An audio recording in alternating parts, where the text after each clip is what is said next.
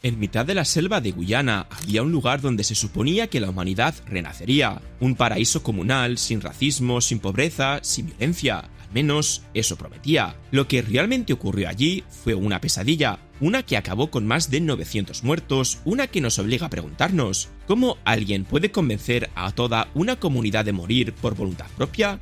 Hoy vamos a explorar la historia de Jim Jones y la tragedia de Jonestown, una secta, una utopía fallida y un infierno en la tierra.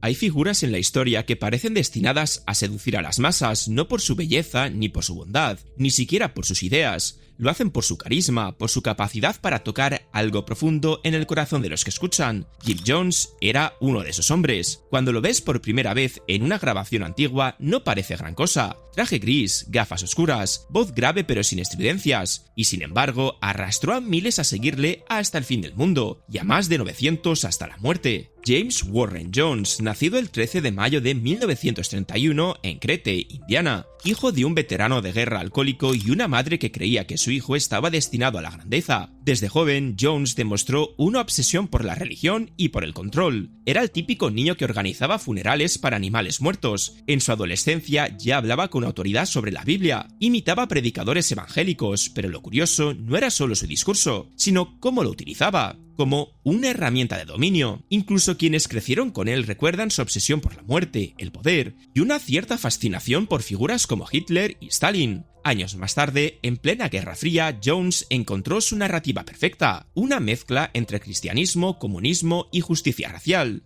En los años 50, Jim se convirtió en pastor metodista, pero pronto rompió con las estructuras tradicionales y fundó su propia iglesia, el Templo del Pueblo, una congregación que predicaba integración racial, asistencia social y cristianismo práctico. Y funcionaba. Jones tenía un talento especial para detectar a los desesperados, personas sin rumbo, sin familia, sin esperanza. A todas les ofrecía lo mismo, una comunidad, una misión, un líder que los amaba. Muchos eran afroamericanos, mujeres solteras, ancianos, personas con enfermedades mentales, y en un Estados Unidos aún profundamente racista y desigual. Jim Jones era un faro, un blanco que hablaba de igualdad, que adoptaba niños de otras razas, que decía que Dios era negro. Su iglesia creció, empezó en Indiana pero se expandió a California. San Francisco se convirtió en su centro de operaciones, y allí Jim no solo se convirtió en un pastor, sino en una figura política. Apoyaba campañas, asistía a protestas, hablaba con alcaldes y senadores. El Templo del Pueblo tenía miles de miembros y, lo más importante, muchísimo dinero. Donaciones, propiedades, trabajo voluntario y una estructura piramidal que le daba a Jim control absoluto. Lo que empezó como una iglesia progresista rápidamente se transformó en algo más sectario. Jones ya no se presentaba solo como un guía espiritual,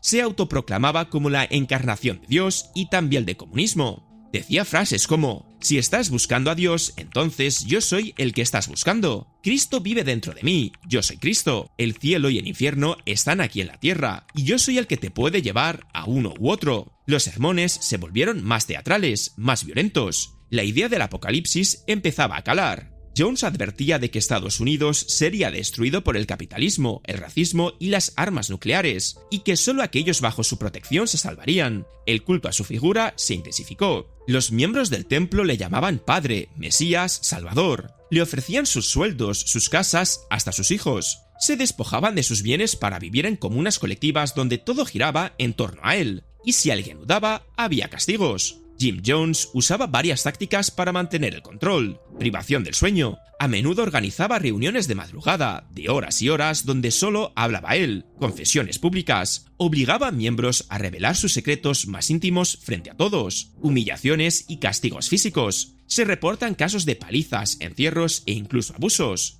Separación familiar. Dividía a padres de hijos, a parejas, para que la única relación fuerte fuera con él. Y luego estaban los ensayos de muerte. Sí, ya en California, Jones empezaba a jugar con la idea del sacrificio colectivo. Hacía beber a todos lo que él decía que era veneno, y luego les decía que era una prueba, una forma de ver su lealtad. Poco a poco sus fieles empezaban a normalizar la idea de morir juntos. Por fuera, el templo aún parecía una comunidad ejemplar, pero por dentro el miedo crecía. En 1997, el periódico New West preparaba una investigación demoledora. Exmiembros del templo denunciaban abusos, manipulación, violencia, extorsión, trabajos forzados. Cuando Jim se enteró, entró en pánico. Convencido de que la CIA y el gobierno lo iban a destruir, tomó una decisión radical: escapar. ¿Dónde? A un lugar donde pudiera controlar absolutamente todo, donde no hubiera periodistas, ni fiscales, ni testigos, un lugar que ya había estado preparando durante años. Jones ya había comprado tierras en Guyana, un país pequeño y pobre en la costa de norte de Sudamérica. Allí construyó lo que llamó Proyecto Agrícola del Templo del Pueblo, una comunidad autosuficiente, aislada, rodeada de selva y completamente bajo su control. Una especie de comuna socialista donde sus fieles trabajarían la tierra, criarían a sus hijos y vivirían en paz. Esa era la promesa, pero la realidad sería muy distinta. A finales de 1977, cientos de miembros del templo se subieron a aviones y barcos, dejando atrás sus casas, sus documentos y sus vidas. Pensaban que iban al paraíso. Iban directos al infierno.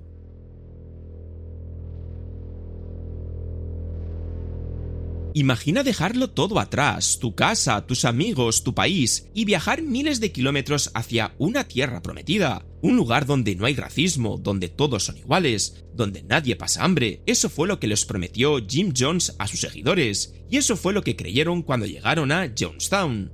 Pero lo que encontraron fue otra cosa: un campamento de madera en mitad de la selva, un clima sofocante, comida escasa, enfermedades, insectos, y lo peor de todo, un hombre que ya no se parecía en nada al predicador carismático de California.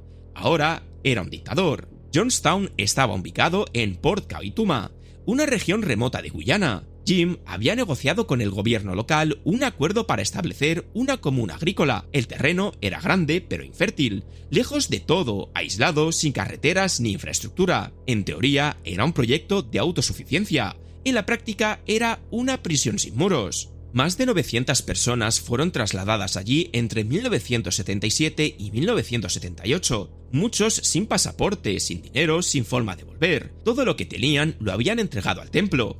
Y al llegar, lo que encontraron no fue un Edén, sino un campamento improvisado, aún en construcción, sin agua potable y con letrinas compartidas. Dormían en barracones, comían arroz y sopa aguada, trabajaban más de 10 horas al día bajo el sol, y cada noche escuchaban durante horas a Jim Jones dar discursos paranoicos por altavoces. En Jonestown no había privacidad, todo estaba diseñado para mantener a la gente agotada, vigilada y atemorizada. Jones había creado un sistema de vigilancia interna. Los niños espiaban a sus padres, los padres a sus hijos, las parejas entre sí. Cualquier sospecha de rebeldía era castigada con trabajos forzados, aislamiento o humillación pública. Se usaba una estructura conocida como los Ángeles de la Guarda, que no eran más que guardianes armados que patrullaban el recinto. Muchos eran miembros leales, fanáticos, que harían lo que fuera por proteger a su líder. Jim, cada vez más paranoico, hablaba constantemente de enemigos externos, de que la CIA planeaba un ataque, que Estados Unidos los quería matar, que la única salvación era él,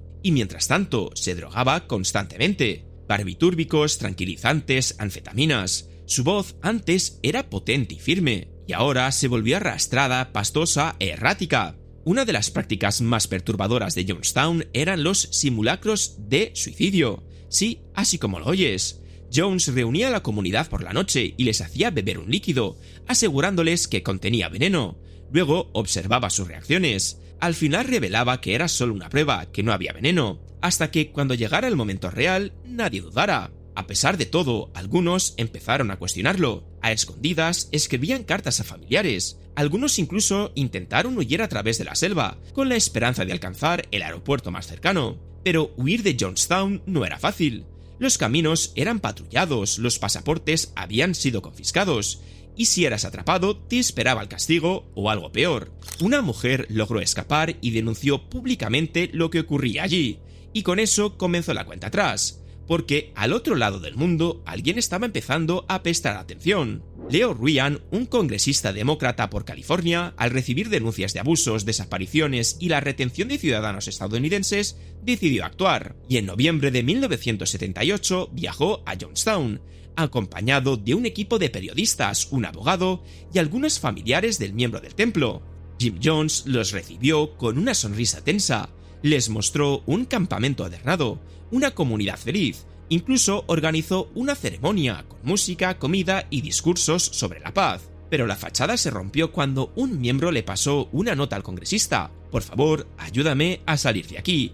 Y no fue el único. En total, más de una docena de personas pidieron ayuda para abandonar Johnstown. Jim Jones intentó retenerlos. Les dijo que estaban siendo manipulados, que eran débiles, que estaban traicionando la causa. Pero Ryan insistió. Se los llevaría de vuelta a Estados Unidos. Lo que no sabía es que esa decisión había sellado su destino. El 18 de noviembre de 1978, Leo Ryan y su grupo llegaron al pequeño aeródromo de Port Kaituma. Mientras se preparaban para despegar, un tractor con miembros armados del templo llegó al lugar. Abrieron fuego. El congresista Ryan murió en el acto. También un periodista de la NBC, un fotógrafo, un miembro del templo que intentaba huir y varios heridos. Fue el primer asesinato de un congresista en funciones en la historia de Estados Unidos. Jim Jones sabía que tras matar a un congresista no habría perdón. Estados Unidos vendría, la ley caería sobre él. Su imperio, su sueño, su culto terminaría, pero él no estaba dispuesto a que eso ocurriera.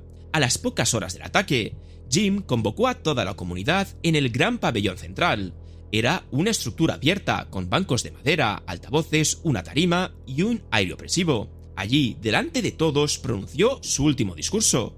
La grabación sobrevivió. Se lo conoce como la Death Tape, y escucharla es como oír un descenso directo al infierno.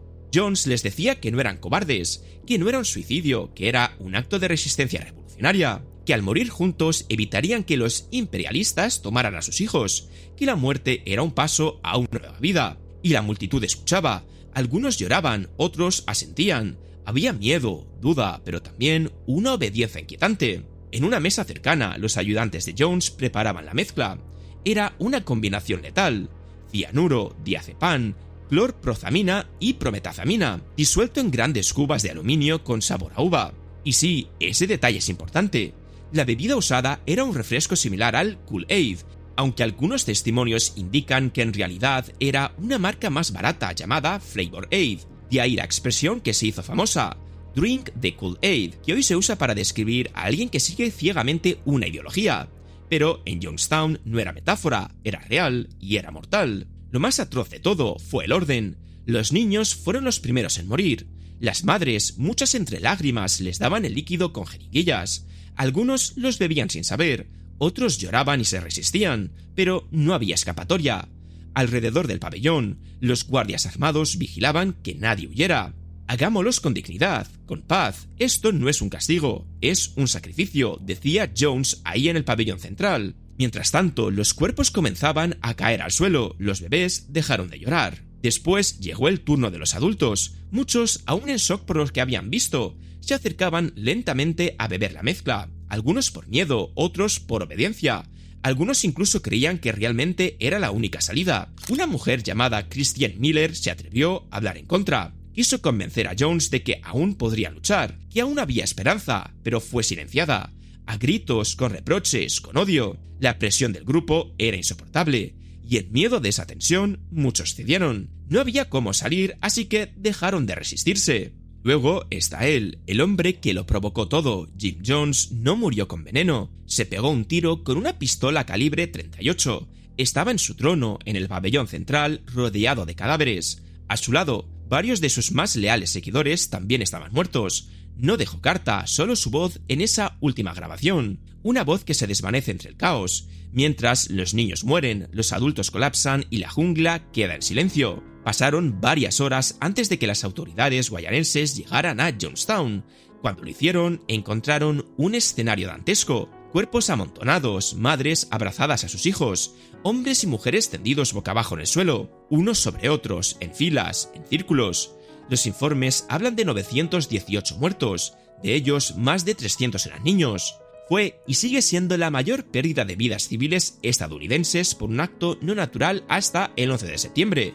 Un pueblo entero desaparecido en un suspiro. Johnstown no fue una tragedia inevitable, fue el resultado de permitir que una sola voz ahogue a todas las demás, de dejar que el fanatismo se disfrace de esperanza, de creer que alguien tiene todas las respuestas y rendirse a su poder. Y es que a veces el infierno no necesita fuego, solo necesita un líder y suficientes personas dispuestas a seguirlo sin hacer preguntas.